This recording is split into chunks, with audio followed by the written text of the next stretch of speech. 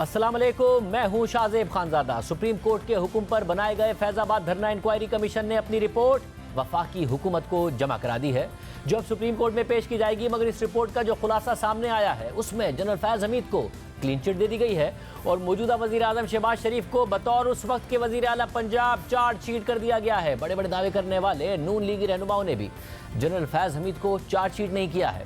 Supreme court ने inquiry commission को नवंबर 2017 में फैजाबाद के मकाम पर तहरीक लब्बैक की जानिब से दिए गए धरने के हवाले से इंक्वायरी करने का हुक्म दिया था और साबका निगरान हुकूमत ने 15 नवंबर 2023 को साबिक आईजी अख्तर अली शाह की सरबराही में 3 रुकनी इंक्वायरी कमीशन तश्कील दिया था, जिसमें साबिक आईजी इस्लामाबाद ताहिर आलम खान और एडिशनल सेक्रेटरी दाखिला खुशहाल खान शामिल थे। कमीशन ने 149 से ज़ायद सफ़हात पर मुश्तमिल रिपोर्ट वफाकी हुकूमत को भेज दी है, लेकिन इस रिपोर्ट का जो ब्रीफ सामने आया है उसको देखकर लगता है कि इंक्वायरी कमीशन ने अहम सवालात के जवाब देने के बजाय मज़ीद सवालात पैदा कर दिए हैं। इस रिपोर्ट के खुलासे में लिखा है कि ये नोट करना अहम है कि उस वक्त की पंजाब हुकूमत ने तहरीक लब्बैक के मार्च को लाहौर में रोकने के बजाय इस्लामाबाद जाने दिया। इस्लामाबाद हाई कोर्ट के हुक्म पर पुलिस ने धरना खत्म करने की कोशिश की, जो नाकाम रही और पुलिस और एफसी के 277 से ज़ायद एहलकार जख्मी और 7 जाँ बहक हो गए। इस नाकामी का चेन रिएक्शन पूरे मुल्क में हुआ, जिससे जानी और माली नुकसान हुआ और उस वक्त के वजीर दाखिला हसन इकबाल के बकौल जब कोई और रास्ता नहीं बचा तो ISI की खिदमत हासिल करके तहरीक लब्बैक से बात की गई और एक मुआहिदा करके मुजाहिरीन को मुंतशिर किया गया। रिपोर्ट के खुलासे में लिखा है कि पंजाब हुकूमत के मुताबिक मुजाहिरीन के 12 में से 11 मुतालबात मान लिए गए थे, लेकिन वो वजीर कानून जाहिद हामिद के इस्तीफे पर बजिद थे, जिसके लिए पंजाब हुकूमत भी वफाकी हुकूमत से इसरार कर रही थी। मगर 25 नवंबर 2017 तक वजीर आजम शाहिद खाकान अब्बासी इसके हक में नहीं थे कि अपने वजीर से इस्तीफा ले। रिपोर्ट के मुताबिक इस मामले से मुतासिर होने वाले किसी भी शख्स ने इस कमीशन के सामने रियासत के किसी इदारे या फर्द पर तहरीक लब्बैक के मार्च की सहूलतकारी करने का इल्ज़ाम नहीं लगाया। रिपोर्ट में लिखा है कि वफाकी हुकूमत चाहती थी कि पंजाब हुकूमत इस मामले से निमट ले, लेकिन पंजाब हुकूमत का मौक़िफ़ था कि उसने खुद से मुताल्लिक 11 मुतालबात मान लिए हैं। एक मुतालबा वफाकी हुकूमत से मुताल्लिक है, इसलिए मुजाहिरीन को इस्लामाबाद जाने दिया जाए। रिपोर्ट में साफ लिखा है कि कमीशन के सामने शाहिद खाकान अब्बासी, हसन इकबाल, जाहिद हामिद, शहबाज शरीफ और उस वक्त के IB चीफ आफ्ताब सुल्तान से वाज़े तौर पर मार्च की सहूलतकारी में एजेंसियों के किरदार से मुताल्लिक पूछा गया, मगर सबने इस बात की तरदीद की कि रियासत के किसी इदारे या फर्द का ऐसे किसी भी अमल से कोई ताल्लुक था। इन हक़ाइक़ की तस्दीक वज़ीर आज़म की ज़ेर सदारत 22 नवंबर 2017 को होने वाले इजलास के मिनट से भी होती है, जिसमें ISI की DGC को वाज़ेह हिदायत दी गई कि वो तहरीक लब्बैक की क़यादत से बात करके मसला हल करवाएं। रिपोर्ट के मुताबिक रिकॉर्ड से पता चलता है कि ख़ास तौर पर पंजाब हुकूमत की जानिब से ढील दिए जाने की वजह से फैज़ाबाद में धरना हुआ। इब्तिदा में वफाकी और सूबाई हुकूमत मामला सुलझाने से हिचकिचाती रही। वज़ीर आज़म शाहिद खाकान अब्बासी चाहते थे कि पंजाब हुकूमत मुजाहिरीन को अपनी हुदूद में रोके, मगर वज़ीर आला पंजाब शहबाज शरीफ ने मशवरा दिया कि मुजाहिरीन को इस्लामाबाद आने दिया जाए। वज़ीर कानून जाहिद हामिद का इस्तीफ़ा मामला हल कर देगा। रिपोर्ट में वाज़ेह तौर पर लिखा है कि क्योंकि साबिक वज़ीर आज़म, साबिक वज़ीर दाखिला, साबिक वज़ीर कानून और साबिक वज़ीर आला पंजाब समेत किसी ने भी इंटेलिजेंस एजेंसीज या उनके किसी एहलकार पर मुजाहिरीन की सहूलतकारी का इल्ज़ाम नहीं लगाया और ना ही ऐसे कोई शवाहिद मैसर थे, इसलिए कमीशन ने रियासत के किसी इदारे या फर्द से रब्ता ही नहीं किया। रिपोर्ट के मुताबिक सारे मामले से निमटने में पंजाब हुकूमत ने कमजोरी दिखाई। अगर वो इब्तिदाई में इकदामात उठाती तो ये नौबत न आती। मुजाहिरीन को इस्लामाबाद जाने देना मुनासिब फैसला नहीं था। माजी में कई हुकूमतों ने रियासत के बागियों से मुआहदे किए, लेकिन मसाइल बढ़ गए, जिसके बाद रियासत को ऑपरेशन करना पड़े, मगर हुकूमत ने इन मुआहदों की तारीख से कोई सबक नहीं सीखा। रिपोर्ट में साबिक DG ISI lieutenant general retired Faiz Hamid के हवाले से भी अहम बात लिखी है और कहा गया है कि जनरल फैज हमीद उस वक्त मेजर जनरल और ISI में DGC थे। उनको सिक्योरिटी एस्टैब्लिशमेंट की तरफ से जामिन के तौर पर मुआहदे पर दस्तखत करने पड़े और ऐसा DG ISI और आर्मी चीफ की इजाज़त से किया गया। इस बात की उस वक्त के वज़ीर आज़म शाहिद खाकान अब्बासी और वज़ीर दाखिला हसन इकबाल ने भी तस्दीक की। कमीशन ने मज़ीद लिखा है कि अपना वोट बैंक कम होने के डर से पंजाब हुकूमत मामले से दूर रही और मुजाहिरीन को इस्लामाबाद में दाखिल होने दिया। ये एक मिसकंडक्ट है और ऐसा करने वालों के खिलाफ कार्रवाई होनी चाहिए। फैज़ाबाद धरना कमीशन में साबिक DG ISI general Faiz Hamid का दिया गया बयान भी सामने आया है। जियो न्यूज़ के नुमाइंदे एजाज सैयद के मुताबिक जनरल फैज हमीद ने अपने बयान में कहा कि वज़ीर आज़म की सरबराही में हुकूमत ने 22 नवंबर 2017 को धरना ख़त्म करने की जिम्मेदारी मुझे दी थी। मैंने धरना मुनज़्ज़म नहीं कराया बल्कि ख़त्म कराया था। तहरीक लब्बैक मुआहदे पर आर्मी चीफ के दस्तखत चाहती थी। मुआहदे पर मैंने दस्तखत इसीलिए किए कि वो आर्मी चीफ के दस्तखत चाहते थे। मुआहदे पर दस्तखत की इजाज़त ISI चीफ और आर्मी चीफ ने दी थी। हमने तहरीक लब्बैक के माली मामलात की तहकीक नहीं की क्योंकि वो हमारे मैंडेट में नहीं था। सुप्रीम कोर्ट के हुक्म पर बनने वाले इस कमीशन के TORs में लिखा था कि इंक्वायरी कमीशन TLP की गैर कानूनी इमदाद या सहूलतकारी करने वालों की तहकीकात करेगा। फैजाबाद धरने के हक में ऐसे बयानात और फतवे देने वालों के खिलाफ एक्शन तजवीज़ करेगा जिनसे किसी को नुकसान पहुंचा या नुकसान पहुंचने का अंदेशा हुआ। कमीशन कानून और कोड ऑफ कंडक्ट की खिलाफ वर्जी करने वाले केबल ऑपरेटर्स और ब्रॉडकास्टर्स के खिलाफ पेमरा के एक्शन ना लेने की तहकीकात करेगा। सोशल मीडिया या नफरत और तशद्दुद फैलाने की जांच करेगा और इससे बचाव की तजावीज़ देगा। इंक्वायरी कमीशन तयन करेगा कि कोई शख्स या अवामी ओहदेदार कानून या अपनी जिम्मेदारियों की खिलाफ वर्जी का मुर्तकिब तो नहीं हुआ। कमीशन इंटेलिजेंस एजेंसियों के साथ काम करने वालों समेत किसी भी शख्स या सरकारी ओहदेदार के जिम्मेदार होने का तयन करेगा। यह भी तयन करेगा कि अगर उनमें से कोई मुलव्विस है तो इसके खिलाफ कोई तादीबी या कानूनी कार्रवाई करना बनता है या नहीं। या वफाक और सूबों में काम करने वाली तमाम एग्जीक्यूटिव अथॉरिटीज़ की जिम्मेदारी है कि वो कमीशन की हर मुमकिन मुआवनत करें। सुप्रीम कोर्ट ने 15 नवंबर 2023 को फैजाबाद धरना अमल दरामद केस की अहम समाअत की थी, जिसके दौरान वफाकी हुकूमत ने इंक्वायरी कमीशन तश्कील देने का ऐलान किया था और समाअत के दौरान चीफ जस्टिस काजी फाइज़ ने वादे किया था कि इंक्वायरी कमीशन को साबिक आर्मी चीफ, वजीर आजम और चीफ जस्टिस को बुलाने का भी इख्तियार होगा। और 16 नवंबर के तहरीरी हुक्मनामे में भी सुप्रीम कोर्ट ने सबके एहतसाब की बात की थी, अपनी माजी की गलतियों को तस्लीम किया था और 9 मई के वाकयात का भी जिक्र किया था। इससे पहले 6 फरवरी 2019 को सुप्रीम कोर्ट ने फैजाबाद धरना केस का फैसला सुनाया था, जिसमें जस्टिस काजी फाइज़ ने लिखा था कि तहरीक लब्बैक ने इस दौरान पहले वफाकी वजीर कानून को हटाने का मुतालबा किया, फिर मुतालबा किया कि वफाकी हुकूमत ही मुस्ताफी हो जाए। इस धरने ने इस्लामाबाद और रावलपिंडी को मफलूज कर दिया। उस वक्त की हुकूमत ने आर्टिकल 245 का इस्तेमाल करते हुए फौज को मदद के लिए तलब किया, मगर 26 नवंबर 2017 की रात को ही हुकूमत और मुजाहिरीन के दरमियान मामला तय पा गया। तहरीक लब्बैक और उसके हामियों ने वर्दी में मौजूद अफराद से पैसे वसूल किए और मुंतशिर हो गए। जैसे काजी फाइज़ ने लिखा कि इस समाअत में हमने हसास इदारे के नुमाइंदे से इन कवानीन के बारे में पूछा जो उसे रेगुलेट करते हैं और उसके मैंडेट का तयन करते हैं, तो उन्होंने जवाब दिया कि इदारा मुल्क के कवानीन के तहत चलता है, मगर ये नहीं बताया कि वो कवानीन कौन से हैं। जस्टिस काजी फाइज़ ने लिखा कि तमाम हसास इदारों की मुत्तफ़िक़ा राय है कि तहरीक लब्बैक इस धरने से सियासी फ़ायदा हासिल करना चाहती थी। उन्होंने मजहबी जज्बात को उभारा, नफरत की आग लगाई, मुजाहिरीन तशद्दुद पर उतर आए और अमलाक को तबाह किया, जिससे 16 करोड़ रुपए से ज़ायद का नुकसान हुआ। तकरीबन तमाम मुआशी सरगर्मियों को तहरीक लब्बैक ने रोक दिया था। खुफिया इदारों की रिपोर्ट के मुताबिक सियासतदान भी धरने में गए।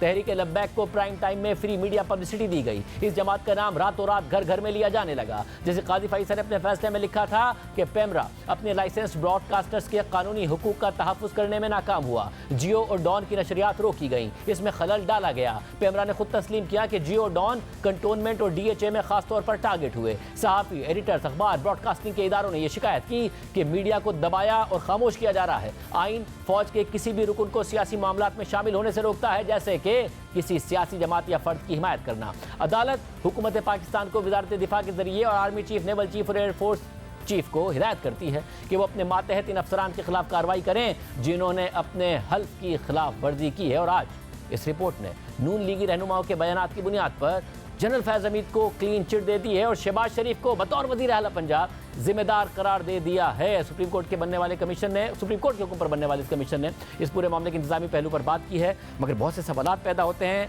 नुमाइंदा खुसूसी जियो न्यूज़ एजाज सैयद साहब हमारे साथ मौजूद हैं। एजाज सैयद साहब, बहुत शुक्रिया मैं शो में ज्वाइन करने के लिए। सबसे पहले ये स्टोरी आपने ब्रेक की, रिपोर्ट के मंदरजात सबसे पहले आपने ब्रेक किए, समरी सामने आई है, मगर उस ब्रीफ के अलावा भी आपने बहुत सारी चीज़ें जो रिपोर्ट की हैं। सब इंतजामी जो फेलियर है, इंतजामी नाकामी है पंजाब हुकूमत, उसका तो ये तयन करती है, मगर क्या वाकई जनरल फैज़ हमीद को मुकम्मल क्लीन चिट दे देती है ये कि जी इस धरने के पीछे, मुहरकात के पीछे था कौन? क्यों तहरीक लब्बैक को हर हाल में जनरल फैज़ हमीद की आर्मी चीफ ही की गारंटी चाहिए थी धरना खत्म करने के लिए? कौन लेके आया? किसने मीडिया चैनल्स बंद कराए? इसका कोई तयन नहीं किया? जी बिल्कुल ये तयन नहीं किया। अगर इसके TORs देखें जो कि तय हुए थे हुकूमत को जब हुक्म दिया गया था सुप्रीम की तरफ से, तो कुल 11 TORs थे और 11 TORs में जो सबसे अहम TORs थे वो TOR नंबर 6 और TOR नंबर 7 था। और ये दो TOR क्या थे? इसमें सुप्रीम कोर्ट ने वाज़ेह तौर पर कहा था कि जो कमीशन है वो इस बात का जायजा ले कि क्या वाकई को खुफिया अदारे इसमें इन्वॉल्व थे। लेकिन अगले TOR में ये भी कहा गया था 7 में कि जिम्मेदारी का तयन किया जाए। तो ये दोनों टीओआरस अगर पूरे कमीशन की रिपोर्ट देखी जाए तो उनका मुनासिब जवाब नहीं दिया गया, जिम्मेदारी तय नहीं की गई। उसकी एक बड़ी बुनियादी जो वजह है वो ये है कि किसी बंदे ने भी आके कमीशन के सामने किसी खुफिया इदारे का जिक्र नहीं किया, बल्कि अब्सार आलम सिर्फ वाहिद वो आदमी थे जिन्होंने चेयरमैन पैमरा की हैसियत से आके नाम लिया डीजीसी का, उस वक्त के डीजीसी बाद के ISI chief general Faiz Hamid का। उनके अलावा जो वजीर आजम थे उस वक्त के शाहिद खाकान अब्बासी और उस वक्त के वजीर दाखिला और कोई भी सियासी शख्सियत हो या सरकारी शख्सियत हो, किसी ने किसी खुफिया इदारे का नाम नहीं लिया। और तो और जो इंटेलिजेंस ब्यूरो है जो उस वक्त रिपोर्ट करती रही कि इसके पीछे उस वक्त की आईएसआई का हाथ था, उन्होंने भी कोई मुनासिब बयान आकर नहीं दिया, ना कोई एविडेंस दी कमीशन के सामने आके जैसे ये साबित हो सके कि वाकई ये थे। लेकिन at the same time Shahzeb, मैं आपको बताऊं कि जो इस सारी जो रिपोर्ट है, उस रिपोर्ट के जो एनेक्सर्स हैं वो बड़े अहम हैं। उनमें से एक एनेक्सर जो हमारी मालूमात के मुताबिक है वो 22 नवंबर का वजीर आजम हाउस में जो मीटिंग हुई थी उससे मुतल्लिक है, जो कि 23 नवंबर को जारी हुआ था, वो इस रिपोर्ट का हिस्सा है। और उस एनेक्सर का जो पॉइंट नंबर 26 है वो बड़ा अहम है और पॉइंट नंबर 22 भी बड़ा अहम है। वो पॉइंट क्या कहते हैं कि वजीर आजम की जेर सदारत इजलास हुआ और उस वक्त के वजीर आजम ने इस बात पर सारी सूरत हाल पर गौर किया और इसमें फौजी क़यादत भी थी, सिविलियन क़यादत भी थी, पंजाब हुकूमत के जो वजीर थे राना सोनाला वो भी थे। आगे जाके इसमें जो पॉइंट नंबर 26 है उसमें उस वक्त के डीजीसी ने जो कमेटी जो वो इजलास था उसको कहा कि देखिए कि आल्दो के जो एहतजाजी मुजाहिरीन हैं उनकी तादाद कम है, लेकिन उन पर फोर्स ना इस्तेमाल की जाए। बल्कि डीजीसी जो उस वक्त के थे फैज हमीद, उन्होंने ये भी कहा था कि इनके जो जानसार हैं इस जमात के वो पूरी मुल्क में है तो वो नुकसान पैदा कर सकते हैं। और आगे 28 नंबर जो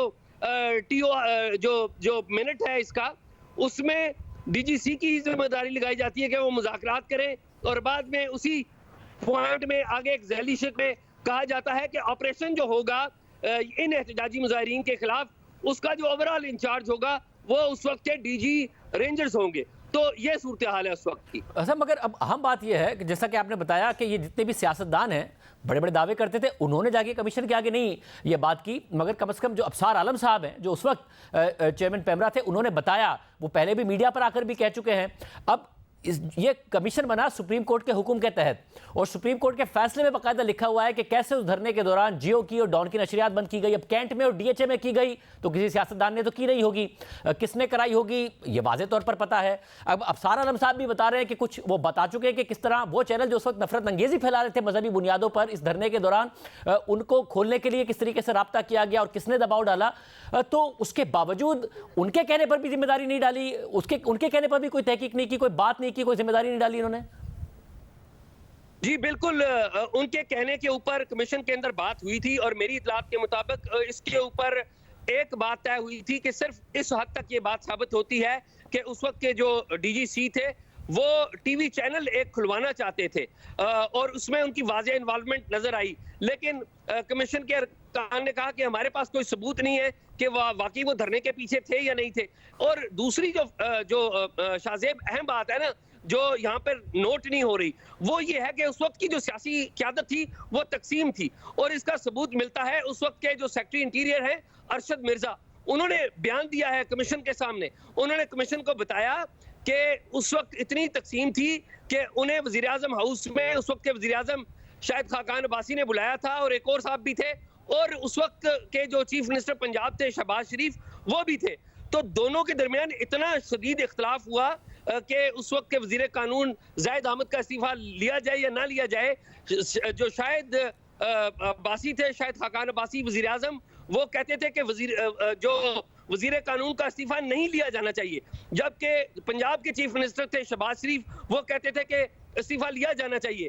तो जो अरशद मिर्जा हैं उन्होंने कमीशन को जो बयान दिया है उसमें वाज़ेह तौर पर बताया है कि इतनी दोनों के दरमियान तलखी हुई कि वो शर्मिंदा होकर उस इजलास से, उस मीटिंग से बाहर निकल कर आ गए।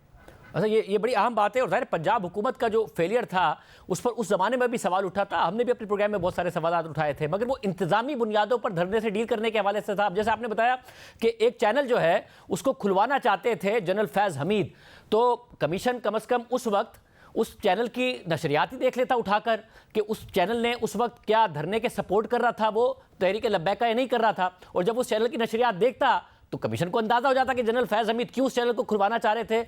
इतना काम भी इस कमीशन ने करने की क्या कोशिश नहीं की। वो ये देख लेता कि फैज़ाबाद धरना केस का जब फैसला आया तो जनरल काजी फाइसा के खिलाफ क्यों जो है बाकायदा तौर पर रेफरेंस आया। अब तो इमरान खान भी मान चुके कि वो फौज के कहने पर आया था। फिर जब उसके रिव्यू में गई तो सारी जमातें एक साथ गई, फिर रिव्यू भी साथ विड्रॉ किया। ये भी इस कमीशन ने नहीं देखने की कोशिश की कि ये काम कौन करा रहा था।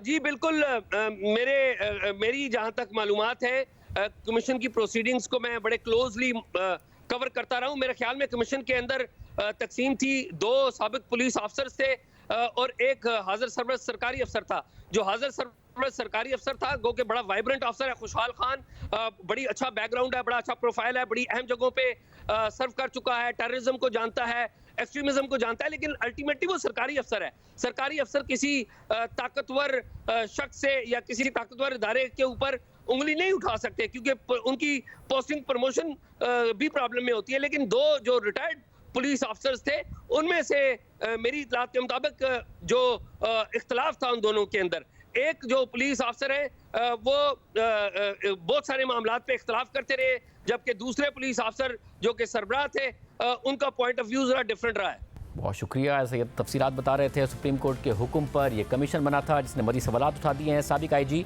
अख्तर अली शाह सरबराही कर रहे थे इस कमीशन की। साबिक IG इस्लामाबाद ताहिर आलम खान और एडिशनल सेक्रेटरी दाखिला खुशहाल खान भी इस कमीशन में शामिल थे। और हमने उन तीनों को प्रोग्राम में आने की दावत दी है, मगर तीनों नहीं आए हैं। बहुत से सवालात उनसे करने हैं जिनके जवाब अभी आना बाकी हैं। वो तफसीली रिपोर्ट में होंगे नहीं होंगे, सवालात इस हवाले से उठ रहे हैं क्योंकि सुप्रीम कोर्ट ने यह सवाल उठाया था कि धरने के असल मुहरकात क्या थे, मुजाहिरीन को गलत और झूठे बयानिए की बुनियाद पर नफरत अंगेजी पर किसने उभारा और कौन उन्हें इस्लामाबाद लाकर हुकूमत को मफलूज करने का सबब बना था। इस सवालात के जवाब आना भी बाकी हैं। इस मामले का अहम किरदार उस वक्त के वज़ीर आज़म शाहिद खान अब्बासी थे। 29 सितंबर 2023 को हमने और दीगर सवालात उनके सामने भी रखे थे, जिस पर शाहिद खान अब्बासी ने भी उस वक्त की पंजाब हुकूमत को कसूरवार ठहराया और कहा था कि पंजाब पुलिस ने मुजाहिरीन के इस्लामाबाद पहुँचने में कोई रुकावट नहीं डाली। बाद में भी पंजाब पुलिस की कोई सपोर्ट नहीं मिली। हफ्ते का दिन था और मैंने ये सारा मामला खुद देखा है। मैं स्कैनी गवाह हूँ क्योंकि मैं हेलीकॉप्टर से लाहौर जा रहा था। जिस तरह पुलिस ने वहाँ पर एक्शन किया वो भी काबिल दीद था। जिस तरह आप माल रोड पर चहलकदमी करते हैं इस तरह पुलिस ने कार्रवाई की और वो सारी कार्रवाई मैंने खुद देखी है और उसके कुछ फोटोज भी मेरे पास हैं जो मैंने हेलीकॉप्टर से लिए थे। जो पंजाब पुलिस थी जिसके पास उस वक्त तकरीबन 30,000 की नफरी उनके डिस्पोजल पे थी, उनकी कोई गाड़ी भी वहाँ पर नहीं थी। इस तरफ इस्लामाबाद पुलिस के मेरे ख्याल 200-250 लोग थे जो बड़े आराम से उन्होंने कुछ आंसू गैस के गोले मारे पुल की तरफ, तो पुल की तरफ से एक बहुत सख्त कार्रवाई हुई और वापस आंसू गैस के जो ग्रेनेड थे वो मारे गए और पुलिस पसपा हो गई। ये सारी बात थी। मैं वहाँ से लाहौर गया, IG पुलिस पंजाब से भी एयरपोर्ट पे वो आए थे, होम सेक्रेटरी भी थे और वो सारे बड़े शर्मिंदा नजर आ रहे थे। शाम का वक्त था, फिर हम वहीं से गुजरे हेलीकॉप्टर में तो मैंने देखा कि पंजाब पुलिस की सिर्फ एक गाड़ी थी और वो चांदनी चौक पर जो तकरीबन 2-2.5 किलोमीटर दूर है वहाँ पर खड़ी थी और चौधरी निसार साहब के घर पर एक जत्थे ने हमला किया था जिस पर कोई वहाँ पर पुलिस उसको रोकने के लिए नहीं थी। वहाँ पर चंद जो उनके सिक्योरिटी के लोग तैनात थे जो शायद रेंजर या SC से ताल्लुक़ रखते थे, उन्होंने बड़ी हिम्मत करके वो हमला पसपा किया और उनके घर को बचाया। धरना जो था ये आया भी था तो वो पंजाब पुलिस ने कोई रुकावट नहीं डाली, उनकी अपनी कोई स्ट्रेटेजी थी और उन्होंने उनको एस्कॉर्ट करके आके फैज़ाबाद में छोड़ दिया था और उसके बाद भी पंजाब पुलिस की तरफ से कोई हमें सपोर्ट नहीं मिली। जो इस्लामाबाद पुलिस थी उसकी मैंने खुद कैफियत देखी है कि वो बिल्कुल कोई कार्रवाई करने पर तैयार नहीं थे। जो पैरा मिलिट्री फोर्सेस थी वो अवेलेबल नहीं थी और फ़ौज के बारे में जनरल बाजवा साहब से बात हुई तो उन्होंने यही कहा और दुरुस्त कहा। उन्होंने कहा कि फ़ौज जो होती है वो इस किस्म के मामलात हैंडल करने के लिए नहीं होती, वो सिर्फ गोली उनके पास बंदूक होती है, उनके पास कोई और चीज़ नहीं होती जिससे वो इस किस्म के मामलात को मुंतशिर कर सकें। तो बहरहाल फ़ौज का मामला तो नहीं था लेकिन पैरा मिलिट्री फोर्सेज भी नहीं थी और मैंने उनसे कहा कि जनाब भी मुल्क का मामला है, हम सबको खड़े होकर इसको तय करना पड़ेगा। बहरहाल वो तय तो हो गया बाद में, लेकिन मेरा ख्याल है कि उसमें काफ़ी जो रेट ऑफ द स्टेट थी वो काफ़ी मुतासिर हुई। शाहिद खान अब्बासी ने यह भी कहा कि मैंने एहसन इकबाल को मुआहदे पर दस्तखत करने से मना किया था, मगर मुशावरत के बाद उन्होंने दस्तखत करना मुनासिब समझा। यह गैर मामूली बात थी कि सरकारी अफसरान, आला फौजी अफसरान और वज़रा की तरफ से मुआहदे पर दस्तखत किए गए। एक आला सतह का इजलास होता है और सरबराही डीजी रेंजर्स को सौंप दी जाती है कि जी अब आप इस्लामाबाद में धरने के हवाले से आपकी सरबराही है। इतवार की शाम को वजारत दाखिला का नोटिफिकेशन होता है। 26 नवंबर से 3 दिसंबर तक फैज़ाबाद धरने की सूरत हाल कंट्रोल करने के लिए ऑपरेशन का इंचार्ज डीजी रेंजर्स पंजाब को बनाया जाता है। मगर फिर अगले ही दिन 27 नवंबर 2017 को जाहिद हामिद का इस्तीफा आता है, धरना खत्म हो जाता है, मुआहदा होता है। मुआहदे पर एहसन इकबाल साहब और जनरल फैज़ हमीद के बतौर जामिन दस्तखत होते हैं। ये क्या हुआ? जी देखें, ये सब बातें रिकॉर्ड का हिस्सा हैं। जो दस्तखत था, मुझे रात को एहसन इकबाल साहब ने पूछा, मैंने कहा कि आप इस पर दस्तखत मत करें, हमें ऐसे एग्रीमेंट पर दस्तखत नहीं करने चाहिए, ये एक रवायत बन जाएगी। बहरहाल उनकी आपस में मुशावरत हुई रात के उसके जब मेरी बातचीत के बाद, तो एहसन इकबाल साहब ने दस्तखत किए और मैं उस बात की हिमायत करता हूँ। मेरे वजीर थे जो उन्होंने फैसला किया मौके की मुनासबत से, उन्होंने मुनासिब समझा कि ये इस मामले को हल करने के लिए दस्तखत करना जरूरी है, उन्होंने किए और ये सारा मामला खत्म हुआ। गहराई में जाएंगे तो मामलात काफी टेढ़े हैं सारे बात के। जनरल फैज़ हमीद को जामिन बनाने का आइडिया आपका था, एहसन इकबाल साहब का था, उनका खुद का था? कहां से बन गए वो जामिन? नहीं, वो हुकूमत की तरफ से, जो आईएसआई की तरफ से उस मामले में वो भी उनसे जो नेगोशिएशन थी उसमें शामिल थे, तो ये वहीं से सारी दस्तखत वगैरह हुए। ये काफ़ी अनयूजुअल बात थी कि दस्तखत किए जाएं सरकारी अफसरान की तरफ से, और ख़ासतौर पे आला फौजी अफसरान की तरफ से या किसी मिनिस्टर की तरफ से। ये आमतौर पर डीसी वगैरह ये एग्रीमेंट साइन करते हैं, डिप्टी डीसी या कमिश्नर करते हैं। ये मामलात जो हमें नज़र आता है उससे काफ़ी पेचीदा है और ये मेरा ख्याल है कि टीवी की जीनत नहीं बनने चाहिए। अगर मुझे अदालत तलब करती है तो मैं उनके सामने सारे हक़ाइक़ रख दूंगा जो मेरी नॉलेज में उस वक्त थे, और एहसन इकबाल साहब भी रख देंगे। मगर फिर जब कमीशन बना तो कमीशन ये कह रहा है कि किसी ने भी इल्ज़ाम नहीं लगाया, तो शाहिद खान अब्बासी साहब ने इस कमीशन के आगे क्यों नहीं बात की जब वो कह रहे थे कि मीडिया की जीनत नहीं बनना चाहिए, आगे हम मामलात रख दूंगा, अगर अदालत तलब करती है तो अदालत के फैसले के बाद ही कमीशन बना था। फिर 2 अक्टूबर 2023 को प्रोग्राम कैपिटल टॉक में एहसन इकबाल ने कहा कि मुझे भी जनरल फैज़ हमीद की जानिब से मुआहदे पर दस्तखत करने पर एतराज़ था, मगर जनरल फैज़ हमीद ने कहा कि दूसरी पार्टी मेरे दस्तखत के बगैर इसे तस्लीम नहीं करेगी। जब फिर ये मुआहदा सारा हो रहा था तो मैं प्राइम मिनिस्टर से इन टच था, तो मैंने प्राइम मिनिस्टर से जब ये पूरी इबारत बताई तो शायद खाकान अब्बासी साहब ने भी कहा कि बेहतर नहीं लगता कि जनरल साहब इसे साइन करें। मैंने भी फिर उन्हें कहा, मैं कहा जनरल साहब ये आपका ये एक पॉलिटिकल डॉक्यूमेंट है, इसके ऊपर आपका दस्तखत होना कोई मुनासिब नहीं लगेगा। उन्होंने जनरल फैज़ ने मुझे ये कहा जी कि दूसरी पार्टी इसको एक्सेप्ट नहीं करेगी जब तक मेरे इस पर दस्तखत नहीं होंगे। मुझे याद अच्छी तरह सुबह के वक्त मैंने कहा कि ये आपके लिए भी मुनासिब नहीं, आपके इदारे के लिए भी ठीक नहीं, लेकिन उनका जवाब ये था कि ये फिर कबूल नहीं होगा मुआहदा अगर इसको मैं वो गारंटी मेरी मांग। हमने शाहिद खान अब्बासी से उस वक्त के डीजी रेंजर्स की जानिब से मुजाहिरीन में पैसे बांटने से मुतालिक सवाल पूछा कि एक्शन के वक्त रेंजर्स क्यों नहीं आई, तो उन्होंने कहा कि जब पंजाब पुलिस नहीं आई तो रेंजर्स भी नहीं आई। अगर ऑपरेशन की जो सरबराही थी वो रेंजर्स को दी और जो रेंजर्स के सरबराह थे वो अगले दिन हज़ार रुपए बांट रहे थे मुजाहिरीन में, ये किसका आइडिया था? जी ये उस दिन हुआ, ये आप उस वक्त की बात कर रहे हैं जब ये पुलिस एक्शन हो चुका था और पुलिस उनको मुंतशिर करने में नाकाम रही थी, और मैंने बताया कि बहुत ही बददिली से वो ऑपरेशन हुआ। अगर पुलिस बददिली थी या पसपाई का सामना था तो उस वक्त रेंजर्स क्यों नहीं आई? देखिए रेंजर्स जो थी वो चूँकि पंजाब पुलिस ही नहीं आई, तो जब वो नहीं आए तो रेंजर भी नहीं आई। फिर 4 जनवरी 2024 को ख्वाजा आसिफ ने हमारे प्रोग्राम में कहा कि धरने के वक्त असल हुकूमत तो इन्हीं की थी, बंदे भी उन्होंने लाकर बिठाए थे। मुझे जनरल बाजवा ने खुद बताया कि मुजाहिरीन के पास किराया नहीं था तो हमने उन्हें किराया दिया था। जनरल फैज़ हमीद का जो बयान उन्होंने रिकॉर्ड कराया फैज़ाबाद धरना कमीशन में, उन्होंने तो कहा कि मैंने जो किया हुकूमत के कहने पर किया, अगर टीएलपी से मुज़ाकरात किए वो भी हुकूमत के कहने पर किए। आपको तो बयानिया था उनके खिलाफ, वो पूरा बयानिया बना रहे हैं आपके खिलाफ, ये बयान देके कि भाई शाहजेब हुकूमत उन्हीं की थी ना, जनरल फैज़ साहब की हुकूमत थी और किसकी हुकूमत थी? आपकी हुकूमत थी ना 2017-18 में, वो शाहिद खान अब्बासी साहब वज़ीर आज़म थे। नहीं, हुकूमत उन्हीं की चल रही थी ना, बंदे किन्होंने ला के बैठाए हुए थे। मैं आपको बता देता हूँ, ये जो पैसे दिए गए ना, ये सिक्योरिटी की कमेटी में हमने पूछा, मैंने पूछा जनरल बाजवा से कि वो पैसे क्यों बांटे गए? कहते उनके पास किराया नहीं था, हमने उनको किराया दिया था, वो घर वापस चले जाए। मुझे कहा मगर वो साजिश की तरदीद कर रहे हैं, वो कह रहे हैं मैंने कोई साजिश नहीं की, जो हुकूमत ने कहा मैंने कर दिया और नेगोशिएशन कर ली। मेरा मतलब है साजिश कभी मानते हैं कि हमने साजिश की है, फिर साजिश तो नहीं रहती, फिर उसको कोई और नाम दिया जा सकता है, साजिश का नाम तो नहीं दिया जा सकता। दैट होल सिनेरियो जो उस वक्त मौजूद था 2017-18 में, शायद अब्बास साहब की हुकूमत में जब वो वजीर आजम थे, या मियां नवाज शरीफ की हुकूमत में, धरना पीटीआई धरना ऑनवर्ड जो सारे के सारा मामला थे, वो सारे मामला जो थे यही कंट्रोल कर रहे थे, जिनकी तस्वीर इस वक्त आप डिस्प्ले कर रहे हैं, या इनके जो बॉस थे जनरल बाजवा साहब वही रन कर रहे थे चुप। जबकि साबिक वज़ीर आज़म शाहिद खान अब्बासी ये भी कह चुके हैं कि एक ट्रुथ कमीशन बनना चाहिए कि रेंजर्स और एफसी के होने के बावजूद मुजाहिरीन को क्यों नहीं उठा सकते। और आज मेज़बान आसमा शराजी के प्रोग्राम में वज़ीर दिफा ख्वाजा आसिफ ने कहा है कि ये रिपोर्ट किस तरह मुकम्मल हो सकती है जब दो मरकज़ी किरदार कमीशन के सामने पेश ही नहीं हुए। इस रिपोर्ट की कोई वक़्त नहीं। इस वक्त वज़ीर दिफा ख्वाजा आसिफ साहब बाकायदा तौर पर इस कमीशन की रिपोर्ट को ही मुस्तरद कर रहे हैं, उनके काम की संजीदगी को मुस्तरद कर रहे हैं। वो कह रहे हैं कि जो मरकज़ी लोग थे वो तो इसमें पेश ही नहीं हुए, जनरल बाजवा हो, जनरल फैज़ हमीद हो। उस वक्त वज़ीर कानून पंजाब थे राना सनाउल्लाह साहब। कमीशन ने सारी जिम्मेदारी डाल दी है उस वक्त की पंजाब गवर्नमेंट के इंतज़ामी नाकामी पर।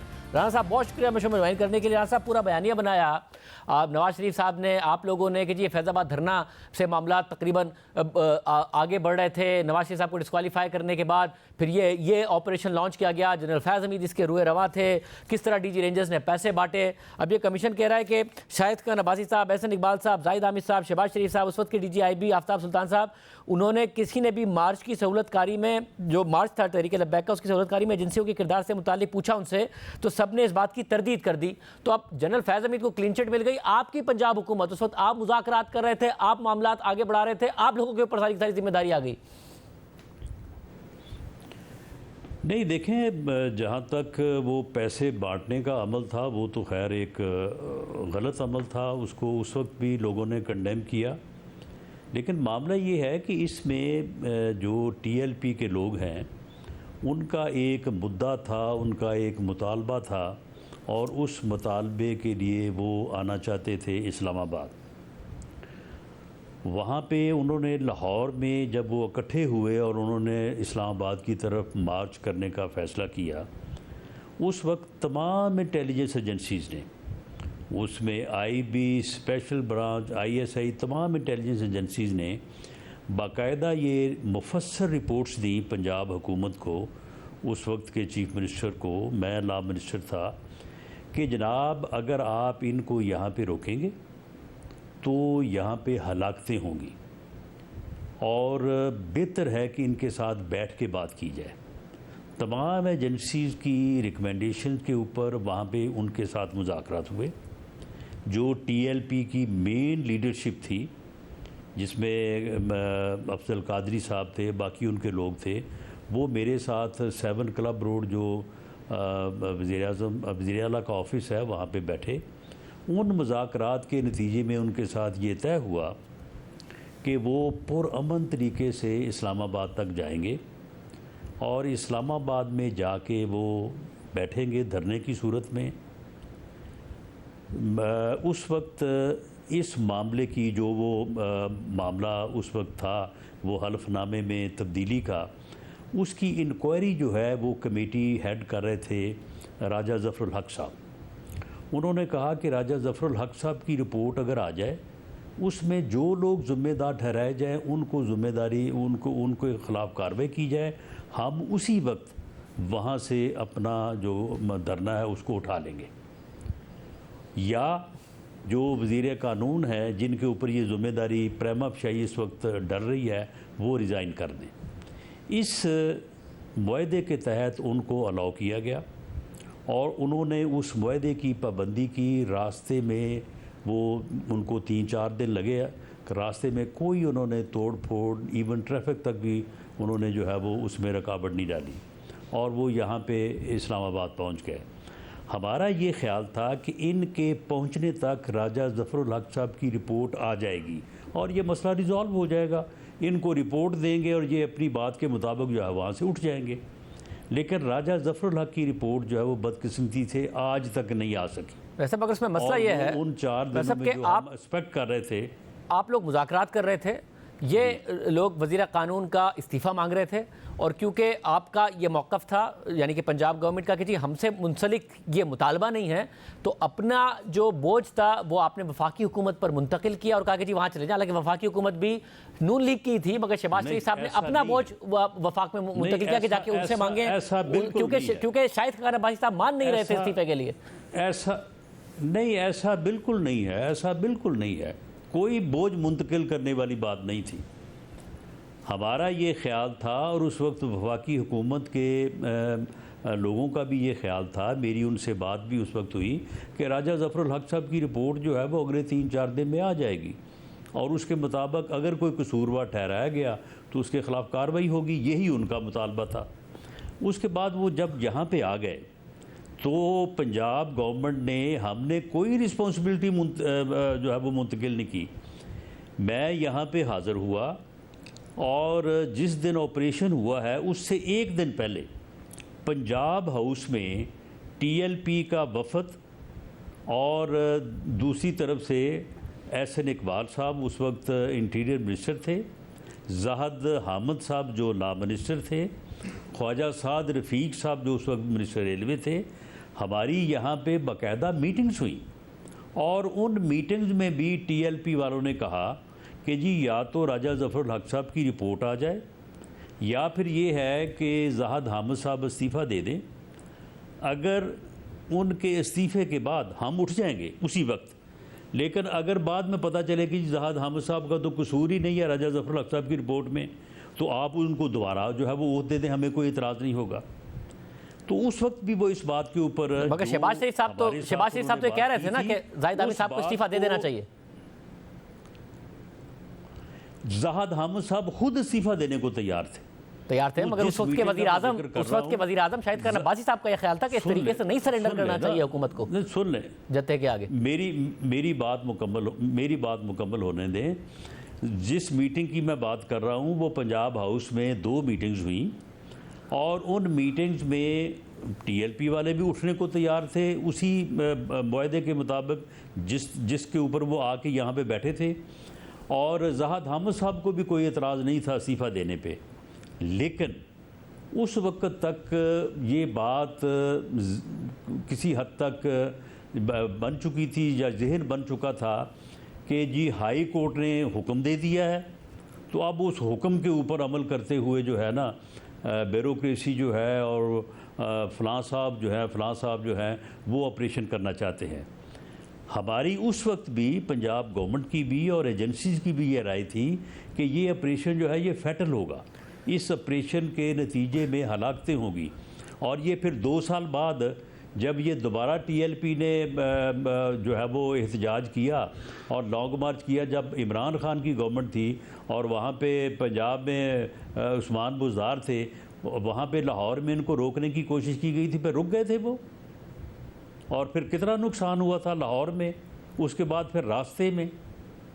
तो राज साहब मुझे बताइए कि उस वक्त कि आपकी जमात से और तदब्बर से काम लिया गया, ना कि इसको आप कहेंगे ये कोई इंतजामी फेलियर था। सर अब ये रिपोर्ट तो जाहिर है ये इंतजामी फेलियर की जिम्मेदारी डाल रही है, मगर आप लोगों की आप लोगों की एक पोजीशन रही, वो सही नताइज पे जो है वो कमीशन ने पहुंचने की कोशिश ही नहीं की। वैसे एक तो है इंतजामी मामला, दूसरा है कि इस धरने के पीछे था कौन, ये मामला जो आप लोग इल्जामात लगाते रहे कि जनरल फैज़ हमीद थे, जनरल बाजवा थे, अब और ये भी कहते रहे कि जी जिस दिन कोई अदालती तहकीकात होगी ना हम उस दिन ये सारी की सारी बातें रखेंगे। शाहिद खान अब्बासी साहब भी ये कहते थे, बाकी रहनुमा भी, अब एहसन इकबाल साहब गए, शाहिद खान अब्बासी साहब गए, शहबाज शरीफ साहब, किसी ने नहीं कहा। कम से कम ये रिपोर्ट की जो समरी आई है वो तो यही बता रही है। सिर्फ एक अबसार आलम साहब हैं जो अपनी बात पर कायम रहे कि जी मुझे जनरल फैज़ हमीद ने ये बात कही थी। अभी जो एजाज सईद साहब तफसीलात बता रहे हैं कि कौन से चैनल हैं जिनको खोलना है, जो उस वक्त नफरत अंगेज़ी इस हवाले से फैला रहे थे, तो पीछे हट गई है नून लीग। आप लोग नहीं समझते कि जनरल फैज़ हमीद, जनरल बाजवा इस धरने के पीछे थे?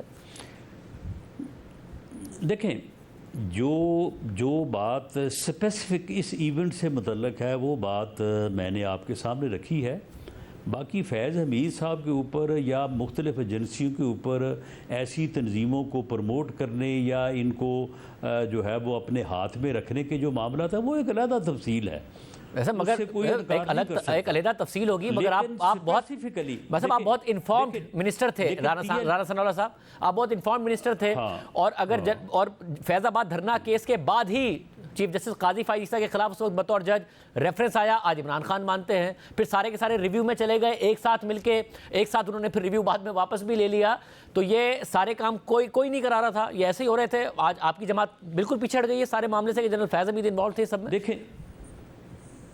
देखें इसमें शाहजेब समझने वाली बात यह है कि ये जो इस किस्म की तंजीमें होती हैं जैसे TLP है या इसमें और भी तंजीमें हैं, वो बाज़ औक़ात बनाने वाले उनको बना लेते हैं और उनसे कोई एक आध मकसद अपना ले लेते हैं, लेकिन उसके बाद में वो उनके हाथ में नहीं रहती। ये TLP जो है ये नो डाउट कि फैज़ हमीद साहब से इनका तल्लुक़ था, वो इनकी मानते भी थे, ये भी उनकी मान लेते थे, लेकिन TLP बाज़ मामलात में मैंने बड़ा करीब से देखा उस वक्त, वो कोई ऐसा नहीं था कि वो इनकी जेब में थी कि जो ये कहेंगे वो करेंगे, जहाँ से कहेंगे वो हट जाएंगे। वो अपनी बात पे अड़ते भी थे, वो अपनी बात पे ज़िद भी करते थे। तो इस मामले पे जिस मामले पर उन्होंने स्टैंड लिया था, तो उस मामले में वो फैज़ हमीद साहब की कोई उन्होंने नहीं सुनी या वो उनके मतहत नहीं थे वो कि जी आप पीछे हट जाए तो वो पीछे हट जाएंगे। मेरे साथ जब वहाँ पे उन्होंने अच्छा, मगर फिर वो दस्तखत तो उन्होंने करा। एक तो आपने बात की कि ऐसी जो तंजीमें होती हैं वो बनाने वालों की हमेशा बात नहीं मानती हैं। हमारी तो माशाल्लाह तारीख इस मामले से भरी पड़ी है, तालिबान से लेकर दीगर मामलात तक के जो प्रॉक्सी बनाई हैं उसने बाद में रियासत को ही आंखें दिखाई हैं और फिर रियासत ही उनके आगे बेबस नजर आई है। तो यहाँ तक तो आपकी बात हमारी तारीख को देखते हुए दुरुस्त नजर आती है, मगर फिर दस्तखत तो जनरल फैज़ हमीद को ही करने पड़े, उसी पर उन्होंने माना नहीं। वो TLP वाले कहते थे। हाँ, तो फिर आप कह रहे हैं ना उनकी भी ना सुनते, पर उन्होंने दस्तखत जनरल फैज़ हमीद ने कर दिए तो TLP ने मान लिया। मैंने अर्ज किया कि एक दिन पहले TLP वालों ने पंजाब हाउस में हमारे साथ मीटिंग में कहा कि जी 3:30 बजे आप 4 बजे नाम मिनिस्टर साहब का इस्तीफ़ा दें, हम 7 बजे वहाँ पे कोई नहीं होगा, बिल्कुल मैदान साफ होगा, हम उठ जाएंगे। लेकिन वो बात हमने ना मानी। तो उसके बाद फिर वो जो मुआहदा हुआ, जिस मुआहदे के ऊपर वो चाहते थे कि फैज़ हमीद साहब दस्तखत करें, तो फिर इस्तीफ़ा ही हुआ था ना लॉ मिनिस्टर का। वही बात मानी ना फिर एक दिन बाद भी, ऑपरेशन करने के बाद भी लॉ मिनिस्टर ने इस्तीफ़ा दिया, वहाँ से उठ गए वो। बहुत शुक्रिया अंसर साहब की गुफ्तगू आपने सुनी। प्रोग्राम ब्रेक शामिल करते हैं।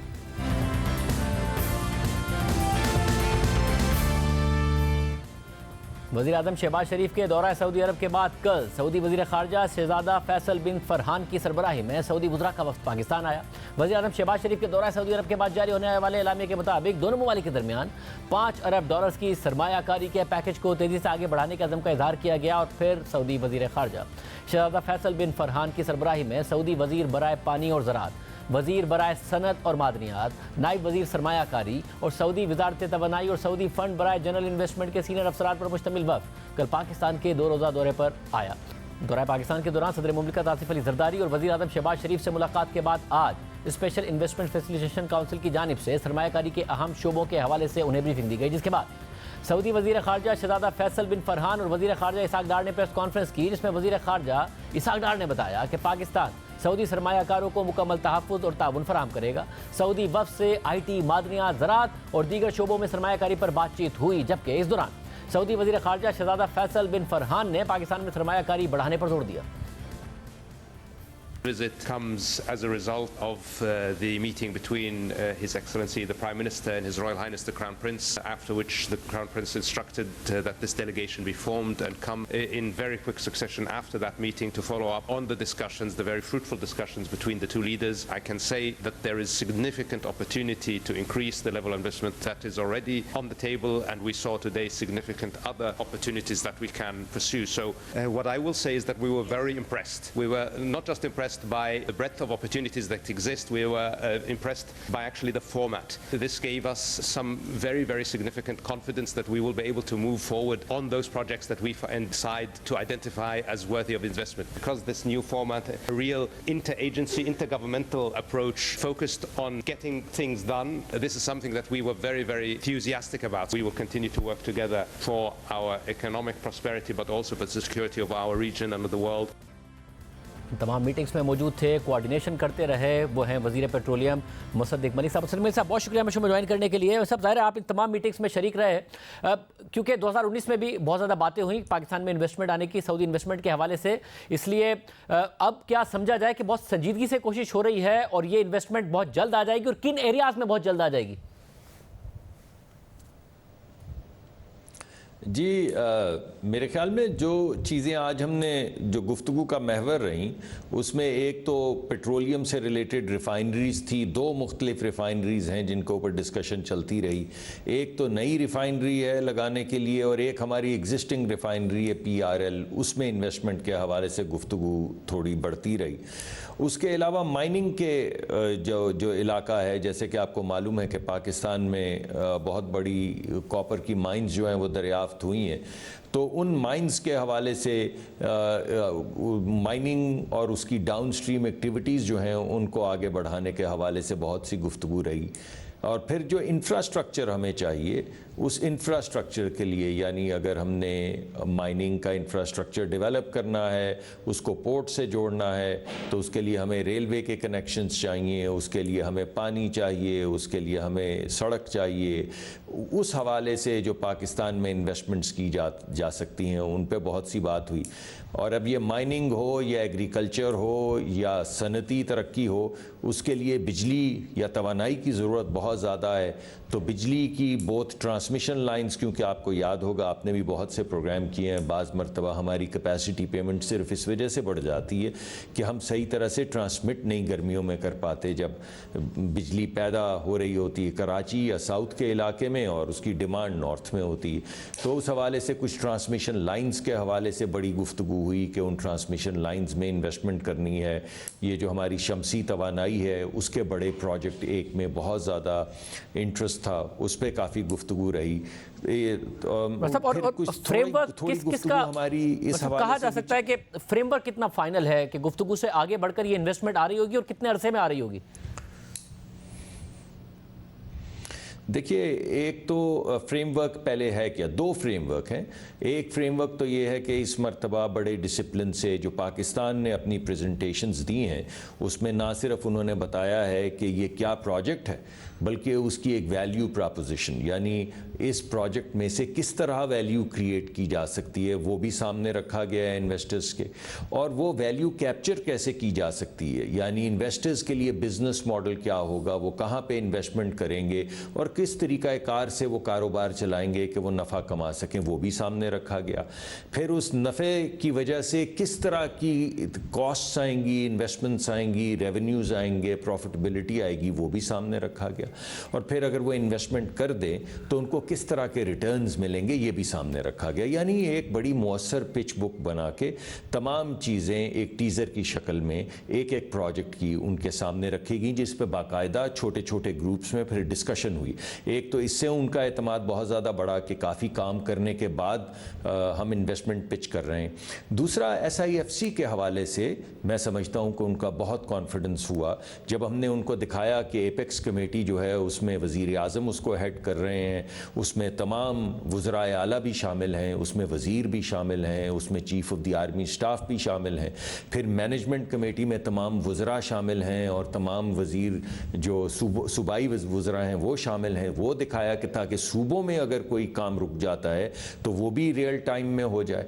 फिर इम्प्लीमेंटेशन तहसील और डिस्ट्रिक्ट लेवल पे दिखाई उन्हें कि किस तरह ये तमाम काम होंगे जो हमारे यहाँ हर्डल्स पड़ जाती हैं कि कोई चीज़ सूबे के पास है, कोई चीज़ जो है वो लोकल बॉडीज़ से ताल्लुक़ रखती है, कुछ वफाकी सब्जेक्ट हैं।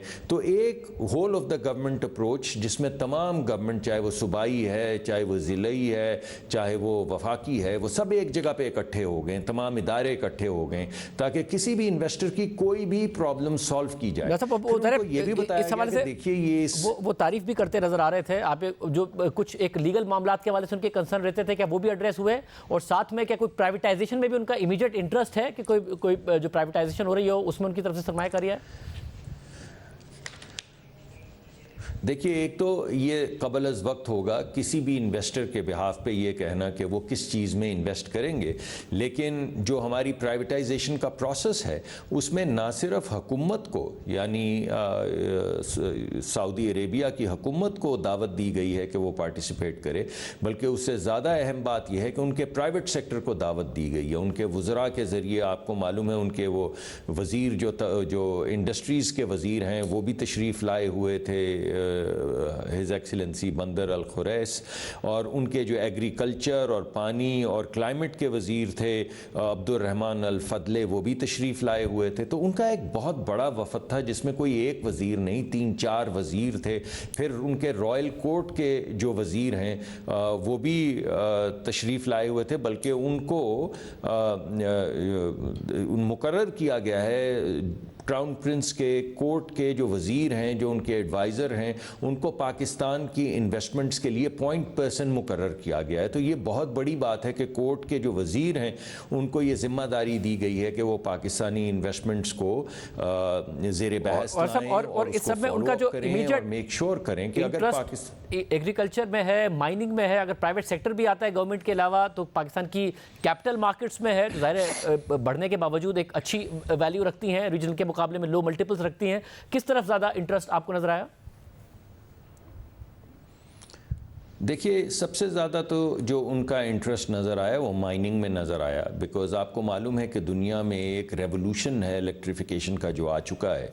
अब ये तमाम दुनिया के अंदर जो इलेक्ट्रिफिकेशन हो रही है, चाहे वो इलेक्ट्रिक गाड़ियाँ हों, इलेक्ट्रिक मोटरसाइकिलें हों, वगैरह वगैरह, इसका जो इंफ्रास्ट्रक्चर है वो कॉपर है। कॉपर के बगैर इलेक्ट्रिफिकेशन नहीं हो सकती। तो कॉपर की आने वाले वक्त में डिमांड बहुत ज़्यादा बढ़ने वाली है, और हमारे पास दुनिया की सबसे बड़ी कॉपर माइंस हैं अब, तो उसमें उनका इंटरेस्ट बहुत ज़्यादा था। दूसरा जो उनका इंटरेस्ट था, अगर इलेक्ट्रिफिकेशन हो जाती है तो ऑब्वियसली ये पेट्रोलियम वाली गाड़ियाँ तो कम होना शुरू हो जाएंगी। तो हर जो मुल्क जहाँ पे क्रूड पैदा होता है उसकी कोशिश ये है कि वो क्रूड से रिलेटेड कोई ऐसा काम करे कि अगले 20-25 साल के लिए उसका क्रूड लॉक हो जाए, यानी उसका क्रूड जो है वो फ़रोख्त होता रहे। तो हमने जो नई प्रपोज़ल अभी हमारे सामने आई वो ये है कि हम वहाँ से क्रूड लेके सिर्फ पेट्रोलियम ना बनाएं, हम वहाँ से क्रूड लेके केमिकल्स बनाएं, क्योंकि केमिकल्स की डिमांड तो कभी भी दुनिया में ख़त्म नहीं होगी। तो इसमें भी बड़ा हाई लेवल इंटरेस्ट था कि अगर वो ख़ाम तेल जिससे पेट्रोल बनता है, अगर उस ख़ाम तेल से हम तमाम केमिकल्स बनाना शुरू कर दें जिनको पेट्रोकेमिकल्स कहा जाता है, जिनकी पूरी दुनिया में एक बैनुल अक़वामी मंडी है, तो वो 20-25 साल के लिए ख़ाम तेल जो है वो लॉक हो जाएगा। उसमें बड़ा इंटरेस्ट था। बहुत शुक्रिया, बहुत शुक्रिया। मुसद्दिक मलिक साहब हमारे साथ मौजूद थे। आगे प्रोग्राम में इत्यादि। अल्लाह हाफ़िज़।